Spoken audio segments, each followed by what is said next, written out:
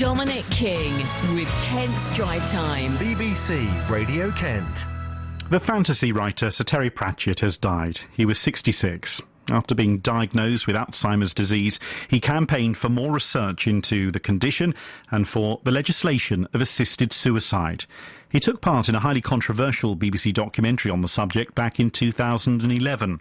Nick Hyam looks back at his career. Terry Pratchett's Discworld filled 40 novels and a dozen other books, a magnificent comic creation which started as an affectionate parody of fantasy novels and became a vast, rambling satire on modern life. As he himself put it, it was what Tolkien's Middle-earth might have become 500 years after the end of Lord of the Rings. The big battles are all over, the cities have grown, the trolls and the dwarves and the elves are now citizens, by and large. Politics has taken the place of warfare, and everyone is chasing a dollar.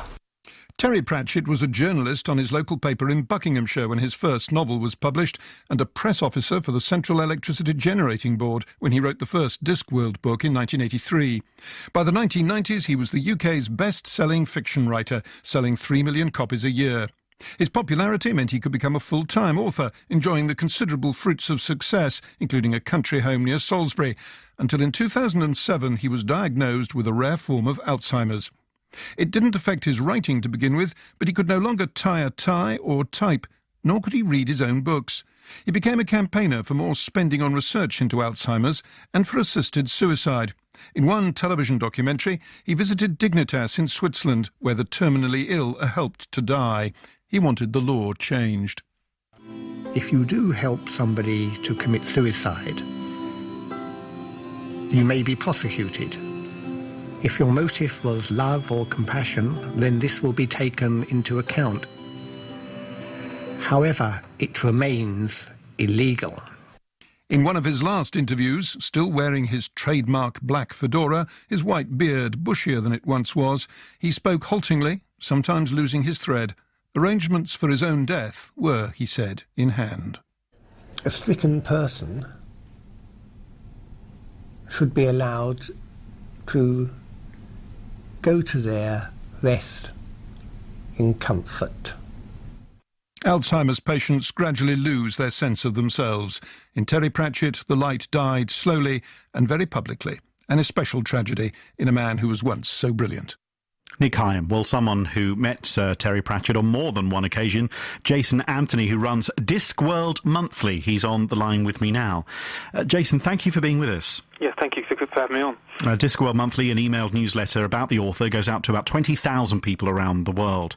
Jason, you got to know him. You met him on several occasions. First of all, what was he like?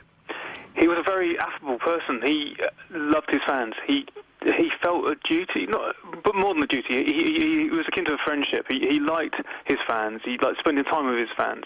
And so I think when he wasn't actually working, when he come to events, he put himself out to be available to as many people as possible. He kind of felt like he was paying back the loyalty of the fans. He also, you mentioned the generosity, and we've heard that lots this afternoon from people who have met him and spent time with him. Now, we imagine, don't we, that as a fan of someone who, a writer or a celebrity that we see, and it's very different. He wasn't a celebrity, and he would probably be the first to say that. It was more about him being a writer.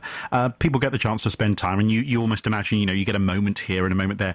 Not you. You went out with him for a curry. You spent time with other fans with him. He picked you up once in his car as well after a convention. I mean, that's not what we normally hear about people at conventions. Yeah, I think Terry, difficult to put into words, but I think he genuinely thought of his fans as friends rather than just people that bought his books. He wanted to be with the people. He was a science fiction reader. He consumed vast quantities of fiction and fantasy as a child, and I think he realised where we all come from, and he recognised kindred spirits. Tell me about the writing of Sir Terry. What impact has it had on you?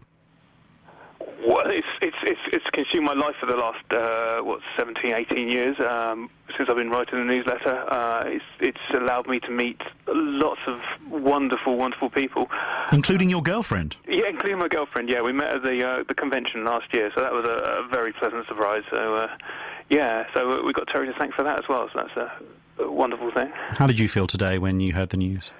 Really upset. I've known personally that he's been ill for some time, and it's even knowing it's coming, the news still hits hard. There's been lots of tears here today. What do you think his legacy will be, and how will you reflect that in Discworld Monthly? Yeah, something I've got to do tonight. I've got to send out a newsletter tonight and say to everyone, this is what's happened. His legacy.